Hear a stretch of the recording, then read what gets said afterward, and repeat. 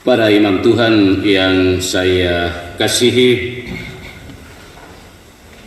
para frater, bruder, suster, Bapak Ibu guru, siswa-siswi, singkatnya kita sekalian umat beriman yang sama saya kasihi.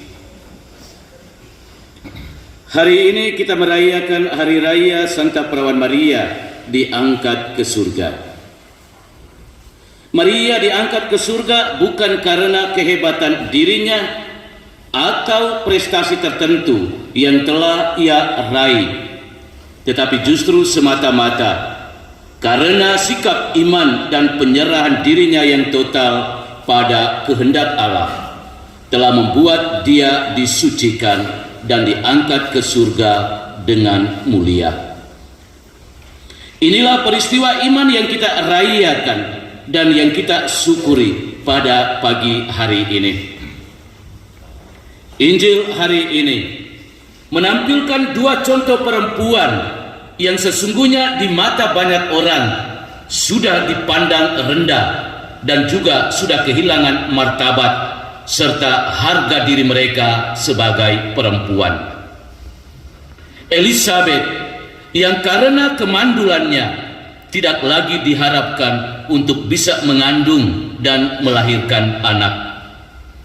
Sementara itu Maria harus terancam cerai dan kehilangan Yusuf karena sudah mengandung sebelum hidup bersama dengan Yusuf sebagai suami istri. Namun Allah itu sungguh baik dan luar biasa. Segala sesuatu yang tidak mungkin dibuatnya menjadi mungkin. Dan justru berkat campur tangannya Allah telah memulihkan martabat dan harga diri mereka sebagai perempuan dan memberikan tugas perutusan untuk Maria menjadi Bunda Yesus dan Elizabeth menjadi Bunda Yohanes Pembaptis. Keduanya menerima tugas perutusan itu dengan penuh iman dan gembira. Saudara dan saudariku yang terkasih, perjumpaan Maria dan Elizabeth yang dikisahkan dalam Injil hari ini telah menciptakan sukacita dan kegembiraan baik pada diri Maria sendiri maupun Elizabeth. Dalam suasana hati yang sukacita dan penuh gembira itu, Maria lalu menyanyikan lagu pujian kepada Allah yang telah membuat hidupnya menjadi berarti dan bermakna. Dalam lagu pujiannya itu, Maria bersyukur kepada Allah karena telah berkenan memperhatikan dirinya yang hina dina. Jiwaku memuliakan Tuhan. Maria sungguh menyadari bahwa Tuhanlah yang harus dimuliakan. Maria tidak bangga diri, sombong, lalu lupa diri. Tetapi dia malah dengan rendah hati bersyukur bahwa panggilannya menjadi ibu Yesus itu semata-mata karena karunia rahmat dan belas kasih Allah.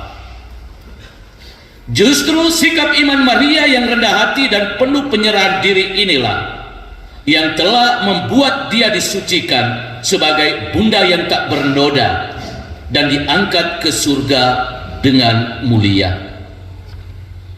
Sikap iman Maria yang rendah hati dan penuh penyerahan diri ini seharusnya menjadi sikap iman kita bersama dalam menanggapi setiap tugas dan pekerjaan yang dipercayakan kepada kita, seperti sebagai guru, pelajar, imam, frater, ataupun suster. Saudara dan saudariku yang terkasih,